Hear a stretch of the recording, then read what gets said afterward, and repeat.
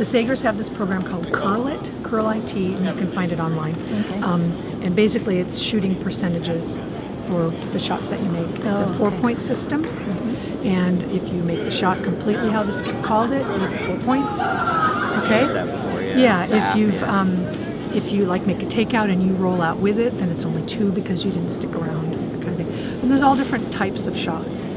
Quick and rolls, hit and rolls, soft peeling. I mean, there's whole gobs. Wow. And so there's this little chart on the computer screen that you click what the shot is, they call it a draw, and then you drag the graphing of the rocks. That's the difference with Christian's program compared to maybe Kurkanic's program, is that he graphs every stone. So you can follow shot for shot on an international game that the WCF might do the shot for shot video or graphics for, and you'll see the rocks pop up on the screen as you watch that live scoring. And so that's what the statistician enters goes out live. So you're hoping to do it right. Yeah. So like if they call a draw and it lands on the button, you just drag the rock and you plop it onto the button so that it's there. You can see it on the screen. And so if somebody's watching the game online, they can go shot for shot and watch the entire game build. And build up like that. And then at the end, they kind of close it all out and it'll all go out and you can pull up what the team percentages are. So it's basically shooting percentage. Some coaches use it. Some coaches do their own stats program. Some people don't like them at all. Mostly I think that the stats has come into play because of the televised games. Right. People like to see that. They like tennis stats. They like baseball stats. Everybody's numbers. They want to do the numbers and stuff. But the thing about anybody can learn to do it.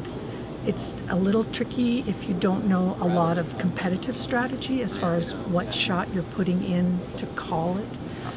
Sometimes, you think that's just a takeout. Well, no, it's really a clearing because he doesn't care if he wants his shot to roll out. So if they're peeling a guard on the front of the house and they roll out 2, if you call it a takeout, they're only going to get 2 points because their shooter didn't stay. But if you call it a clearing because he doesn't care about his shot, then he'll get 4. He'll get full count. So there's all those little nuances depending on strategy. So you kind of have to know the strategy. Right. But, any questions? That's basically it. It's, the more you do it, the more comfortable you get, especially working the computer.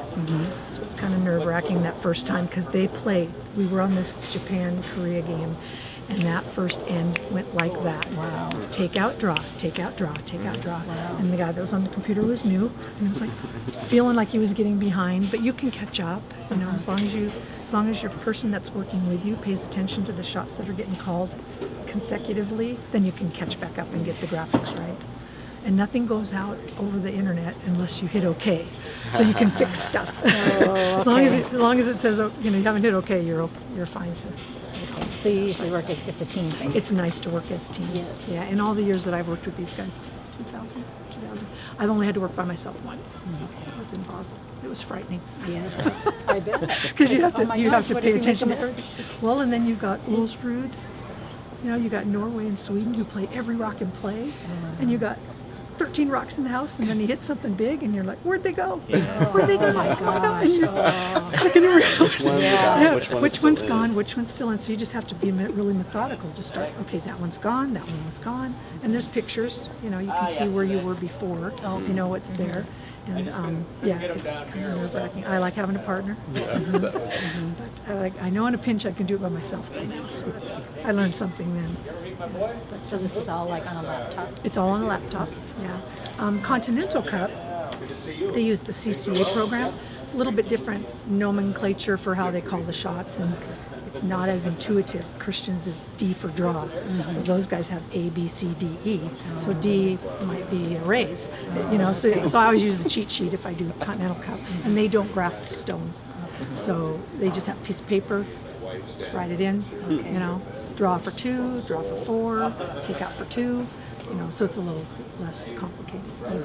But the WCF uses Christian for all world level competitions now, all the Olympics, and the men's and women's and juniors, wheelchairs, stuff like that. Can you tell us a little bit more about reading that skip's mind when you're not understanding the language? You're not understanding the language. Yeah, because sometimes they don't speak English. A lot of it, you get cues. So very first shot of a game, they might just stand in the house, put their broom down, and you're going, is he going to draw or is he going to throw a guard? You know, corner. Well, they call them fronts now, the corner guards. So you can tell by if they come out in front of the house that, oh, it's not a draw. They're going out to the front. They just want the guard up front.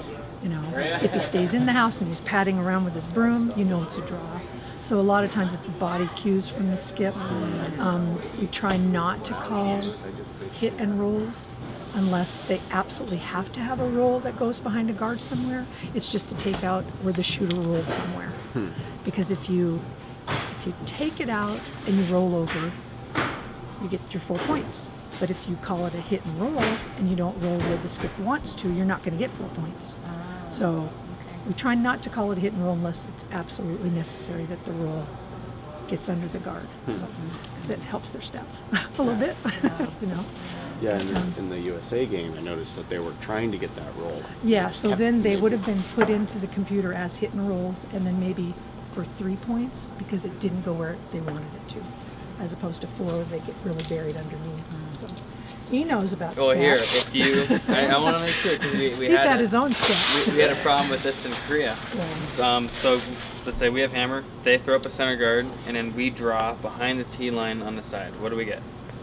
If you wanted it on behind the tee line, then you should get a 4. They're giving us 1s and 2s. All Yeah, that's because see, the problem is sometimes you get It's- statisticians yeah. that don't know that it's okay that it's deep. And I'm watching Yeah. this at home, and I'm Yeah. like, oh, poor Graham. I was like, Yeah, I know. seventh that's what best they lead in the called. He world, made and it he made every shot. perfectly. And the poor Yeah. guy, they got him at Yeah. 55%. and he's Because shooting under a the perfect game. guidelines, it says behind the Yep. tee. So if it says behind the tee, but they don't, it's that less competitive curling experience that gets you in trouble when you're doing stats that, you know, Yeah, like it's that. just- You wanted it in the house anywhere. It's a Give him rare, 4. rare Actually, exception. behind the tee line Actually, is where they wanted it. If Yeah, it's that's above where the they tee line, wanted it's a 2 or a 3. Yeah. They can hit and Yeah. roll if it's above the tee line. If So it's we behind had the we tee had one like that last night in Greg's game, in the USA game. The Korea, who they played, Japan. There was a bunch of rocks in the 4 foot, and really the only thing they could do was cut him down. He could not get count, but the guidelines would have only given him 3 points. But it was his last shot, so when he hit it and rolled to the best that he could roll, we gave him 4. Even they though he didn't even didn't score. count, he Yeah, didn't they even didn't score. score. Yeah, But that- it's the only shot he had, intended and it was shot, his yeah. last shot. That's the way you have to. So you have to err, you know, you have to err to the benefit of the player. You know, you try to, you know, look at the score, look at how late you are in the game. Like you said, we just wanted it in the house. We didn't care if it was back Even there. look how they react. Yeah, look how they They'll- react. You'll know if they don't like it. Well, it's the same thing. It's the same thing with the front guard and coming into the house in those early ones. Did he want it in or not? Because Christian says if they're calling a front and it goes in, he gets a 0. But See, if but- the skip, times is it's saying it's okay, it's either in here. or. It's Yeah. either or, then you give him a draw for 4.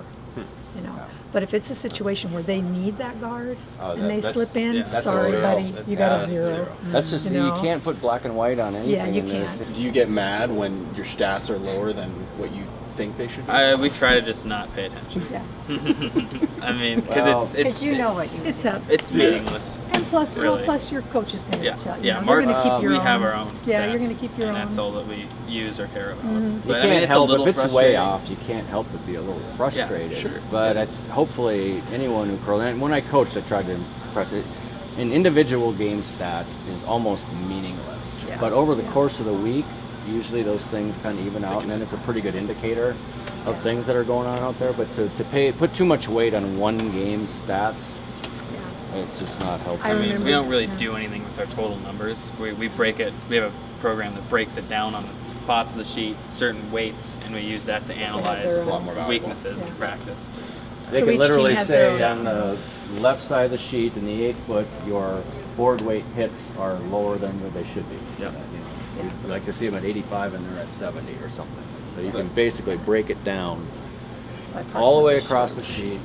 Different shot. In-turn, pretty cool. out-turn, weights, different weight bands. It's just a guideline. I think it's more for television. Yeah. I know, I remember in Sochi, the U.S. girls, you know, they were struggling and stuff, and I ran into Debbie out in the middle of Olympic Park, and I just said, she said, oh, Gail, the stats. I said, Debbie, don't pay attention to the stats. Don't do Yeah, I it. heard a Just few don't things do about it. the stats. You know, Yeah.